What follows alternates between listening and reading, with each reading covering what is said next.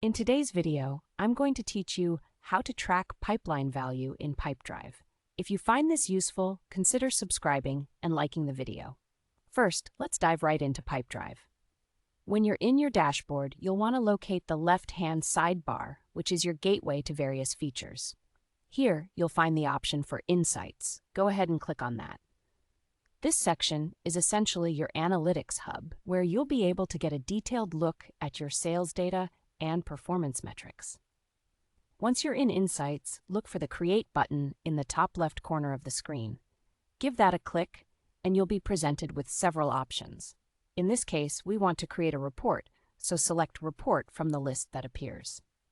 Now that we're in the Report Creation section, the next step is to set the parameters for your report. You'll see a prompt asking you to select the entity and the type for the report.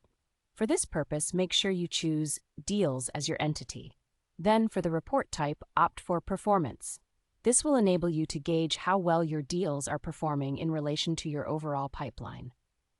Once you've set up the entity and report type, it's time to pick how you'd like the information to be visualized.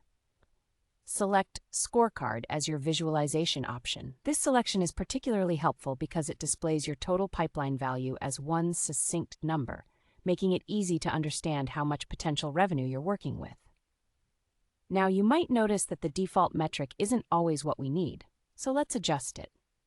Change the measure field to Deal Value, or if you have a preferred custom monetary field, you can choose that instead.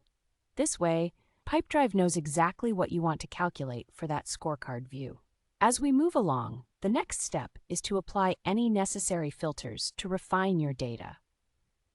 You'll find filters located at the top of the window. Applying filters can really help focus your analysis.